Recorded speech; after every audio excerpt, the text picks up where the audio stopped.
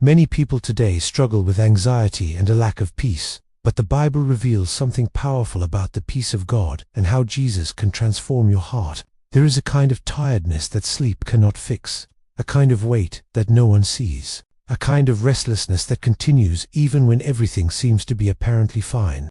Maybe you are living exactly this right now. Your life keeps going. You work, you solve problems, you talk to people. But when the day ends and the silence arrives, your mind begins to race. Thoughts, worries, and fears, and a silent question appears. Why can't I feel peace?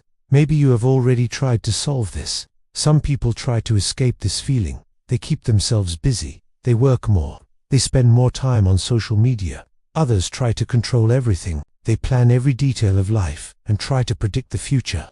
But even then the restlessness continues. C.S. Lewis wrote, "If I find in myself a desire which no experience in this world can satisfy, I was made for another world."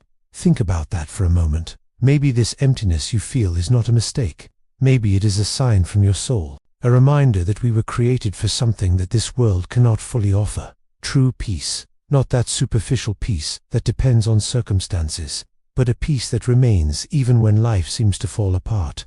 And that is exactly what we are going to talk about today. Before we continue, like this video and subscribe to the channel. If this message is speaking to you, write in the comments, "I need the peace of God." This helps this video reach people who are also struggling silently. Now there is something you need to understand. The Bible reveals something surprising about peace. It describes peace as a person.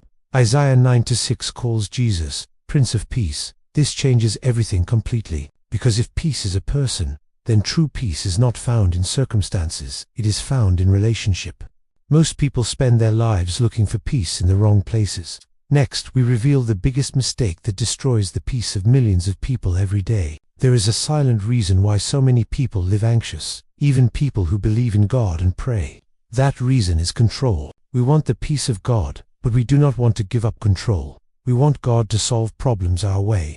We want divine direction, but only if the path looks comfortable. We want peace, but we hold the steering wheel of life so tightly that we become exhausted. Control produces anxiety, because when you try to control everything, you take on a weight you were never meant to carry. Jesus said, "Come to me, all you who are weary and burdened, and I will give you rest." Observe something powerful.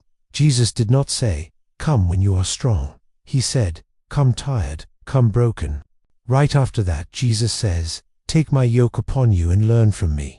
This means something profound. Receiving God's rest requires giving the direction of your life to God. Surrender is where peace begins. But that leads us to another extremely important point.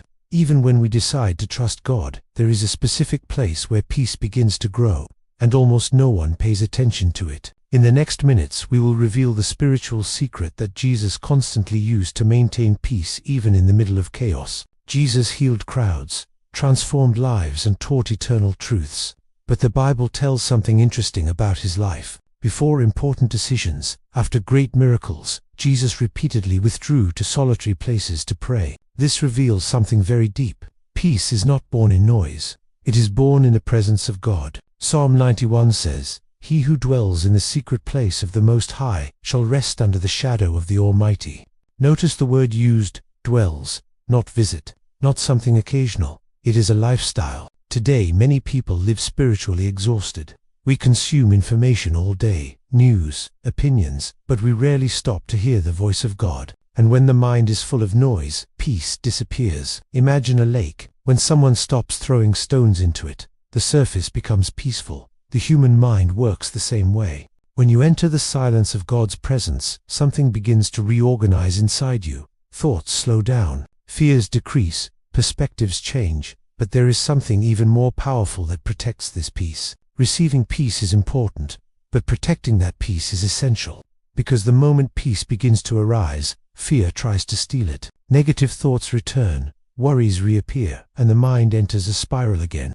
But God gave us a powerful strategy. Philippians 4:6 says, "Do not be anxious about anything, but in everything, by prayer and thanksgiving, present your requests to God, and the peace of God, which surpasses all understanding, will guard your hearts and your minds." This peace guards the heart and protects the mind. But there is an important detail: gratitude. When you give thanks before the answer arrives, you declare trust in God, and trust weakens fear. That is exactly what happened to Paul and Silas.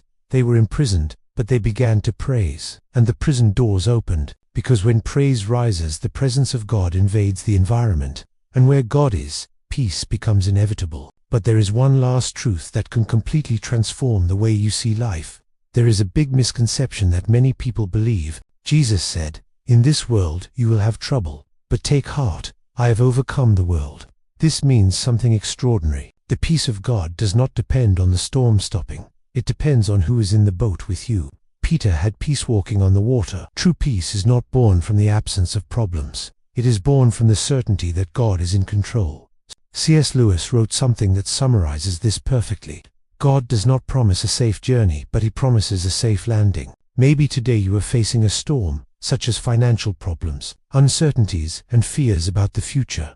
But there is an eternal truth. The peace of God is not fragile. It is supernatural. It is the certainty that even when you do not understand the path, God is still guiding your steps. So here is the invitation. Stop running after peace. Turn to the one who is peace itself, Jesus. If this message spoke to you, write in the comments, "I receive the peace of God," and share this video with someone who needs to hear this today. Thank you for watching. Subscribe, like, and activate the notification bell. See you in the next video.